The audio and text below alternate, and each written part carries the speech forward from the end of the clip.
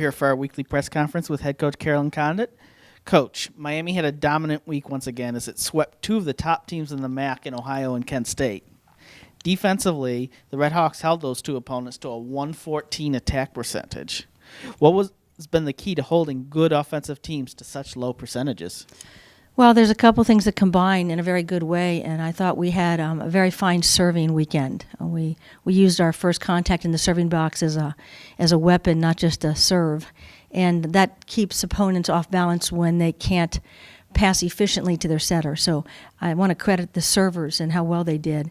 And certainly, setting a great block up, which by statistics shows that we were pretty successful this weekend and aligning the defense around them. I'm real pleased with our defensive efforts, and that makes a huge difference when you keep their ball off the floor and we can transition back with a great offense. So lots of credit to our defenders. Maeve, of course, McDonald was honored for her 1,000th dig finally this year as we had the time to do it, and it was neat to honor her on such a big weekend where we could pull off such good wins. Right. You mentioned Maeve McDonald getting that 1,000th dig. So far this season, she's kept up that pace. 261 digs as the captain of the Miami defense. How important is she to the team accomplishing its goals this year? Well, Maeve is extremely important to our team accomplishing its goals because she serves two key roles, defense and obviously one of our top primary passers. So that contact in both areas of the game makes us a much, much better offensive team. And she's got a fantastic support staff around her with Maris and Stella and Olivia and Katie. They're all very aware on defense. But she's very valuable, and it was great to give her that honor on Saturday night in front of probably one of our top crowds. Right. MAC play continues on the road the next 2 weeks. The team's two longest road trips are now back-to-back. How does the team still perform at its best when it has such grueling travel? Yeah, the travel's a bit crazy for us all this season.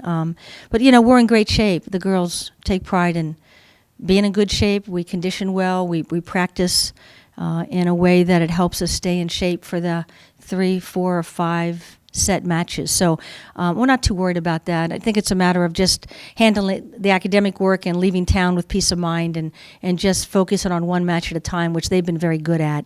I'd like to think that our travels pre-MAC helped condition us for this, and certainly our travels in Europe, which we get to do every 4 years. So I think they're ready, and they're a tough-minded group. This week, the Red Hawks take on Buffalo on Friday and then Akron on Saturday. What can we expect from Miami's opponents this week? Both those coaches are in their second year or so, just developing the team. Not new coaches, but certainly still trying to put the programs where they want it. But also both have in common that they're moving forward at a pretty good rate, and they have good athletes on their teams.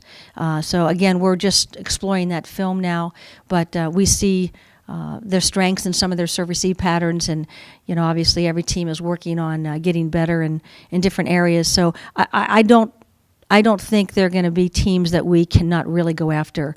I have had too many experiences at both sites to see how teams can play very well at home and come after you, especially when you have a target on your back and you're picked to win the conference. So overall, we expect a good competitive match out of each one, knowing that several good athletes can step up, and I think their setters do a really nice job. Thank you, Coach. Good luck this weekend. Thank you.